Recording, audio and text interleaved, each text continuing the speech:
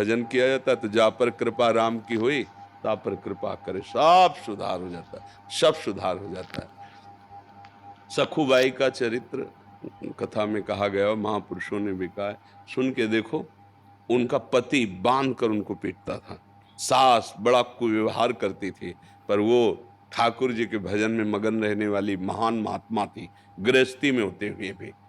एक दिन संत मंडली, वो जल लेने बाहर गांव के कुएं में जा रहे, एक संत मंडली देखा नाचते कूदते भगवान की दर्शन के लिए। उनके मन में बड़ी व्याकुलता हुई कि काश मैं अपने प्रभु के भी दर्शन कर पाती। तो थोड़ा छोड़ो, चलती प्रभु के दर्शन करने। किसी ने बता दिया, फिर पकड़ के बांध के पीटी गई, बांध दिया रस्सी में कि जा ही ना पावे। बहुत उनके साथ दुर्व्यवहार होता, पर वो ऐसी भक्ता, कभी पति को कटुवचन नहीं बोला, सास को नहीं बोला। भगवान आ गए, उनका भाई सखू तू उदास मत हो, तू जाना चाहती ना मेरे दर्शन के लिए, मेरे दर्शन कर और मेरे धाम जा। बोले प्रभु फिर यहाँ मैं सखू बन के बंधूंगी। ठाकुर जी सखूबाई बन के बंध गए और उनको मुक्त कर दिया। अब देखो, अब ठाकुर जी जब उसके पति को स्पर्श किया, जैसे चरण दबाने, भाव बदल गया, सारी दुष्टता गई। सास इतना प्यार, क्योंकि आनंद सिंधु भगवान है ना, अरे मंगल, और उनका पावन चरित्र पढ़ करके देखो ऐसी दिव्यता आ गई। देखो अगर हमारा मन ठीक हो गया तो सब ठीक हो जाएगा, सब ठीक। जा पर कृपा, ये चौपाई याद कर लो, जा पर कृपा राम की होई ता पर कृपा करे सब कोई।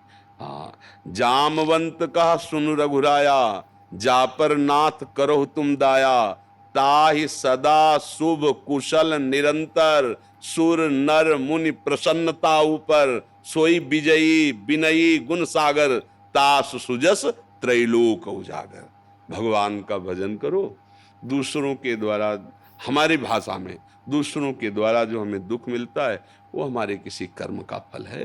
राधा राधा चुपचाप सह लो, ना सहोगे तो जलोगी तो वो भी तो दंड हो रहा है, जल रही तो सह। अगर प्रसन्नता से सह जाओ तो भजन बन जाएगा, वही तपस्या बन जाएगी। सबसे ज्यादा धोखेबाज हमारा मन, हमारी बुद्धि, हमारी इंद्रियां, हमारा शरीर है। इससे बड़ा बाहरी कोई धोखा नहीं है, क्योंकि ये हमें बहुत जन्म से धोखा देते हुए भगवान से विमुख कर दिए हैं।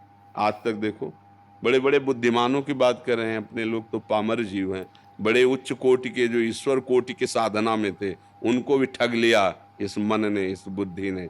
इसलिए भैया भगवान का आश्रय लेकर नाम जप करो। किसी, ये सब संसार चक्र है, यहाँ कोई मर रहा है, कोई जन्म रहा है, कोई नाच गा के उत्सव मना रहा है, तो कोई रोध होकर के विषाद मना रहा है। पूरे संसार में घूमो, यही लीला दिखाई देगी आपको। एक सृजन हो रहा है, एक पालन हो रहा है, एक संहार हो रहा है, तीनों वो अपने आप में अपने आप से कर रहा है। अब ये बात समझ में नहीं आ रही है, इसीलिए प्रश्न होते हैं, इसीलिए परेशानियां होती हैं। भगवान कैसा, ऐसा क्यों नहीं कर दिया, वैसा क्यों नहीं। तुमको क्या आदेश दिया गया है? तुम्हारे मनुष्य जीवन का क्या कर्तव्य है? आप कर्तव्य करके देखो, उसका फल आपके सामने आने लगे। करो बुरे आचरण और सोचो कि भगवान अब बचा ले, तो हाँ बचा लेंगे, शरण में हो, आओ। भगवान कह रहे कोटि विप्र बदला गए जाहू, आए शरण तब आओ। आज से नियम लो कि अब गलत काम नहीं करेंगे, राधा राधा राधा फाइनल। न पीछे का भोगना पड़ेगा, न आगे त्रुटि होगी तो भोगना पड़ेगा, संभाल लेंगे, इतने करना। पर अहंकार है, शरणागति नहीं है, मनमानी आचरण है, तो फिर भोगना पड़ता है। अब ये बात समझ में आ जाए तो सब समझ में आ जाएगी। ये समझ में ना आएगी नहीं, क्योंकि माया समझने नहीं देगी। हमने क्या बुरा किया, उसने ऐसा क्यों किया, हमने क्या उसके साथ धोखा किया, कैसे बाबा जी बहरा रहे हैं, नहीं समझ में आएगा। अध्यात्म की भाषा समझ जाओगे तो सब समझ जाओगे। या रहस्य रघुनाथ कर वेग न जाने कोई, और जो जाने रघुपति कृपा तो सपने मोहन। मन की एक दशा होती है, वो जिसमें टीका होता है वही दर्शन होता है। ये अध्यात्म की बात। अगर वो आनंद सिंधु भगवान में टिका हुआ है तो सब जगह आनंद सिंधु भगवान नजर आएंगे। काम में टिका हुआ तो काम नजर आएगा, पक्का समझो। जैसे गोस्वामी जी का मन राम में हो गया तो कह रहे जड़ चेतन जग जीव जत सकल राम में जान। उनको राम दिखाई दे रहा, हमें धोखेबाज दिखाई दे रहा, क्योंकि मन धोखे में स्थित है। मन पाप में स्थित सब पापी नजर आएंगे। मन दुष्ट है तो सब दुष्ट नजर, जैसा चश्मा जहां तुम्हारी स्थिति है, जिसमें तुम आनंदित हो रहे हो, वही दशा तुम्हें सारे संसार में दिखाई देगी। अगर तुम शोक में हो तो भारी आनंद की जगह में जाओगे तो भी तुम्हें सब शोकित नजर आएगा। आनंद में हो तो घोर शोक में भी तुम्हें आनंद की अनुभूति होगी।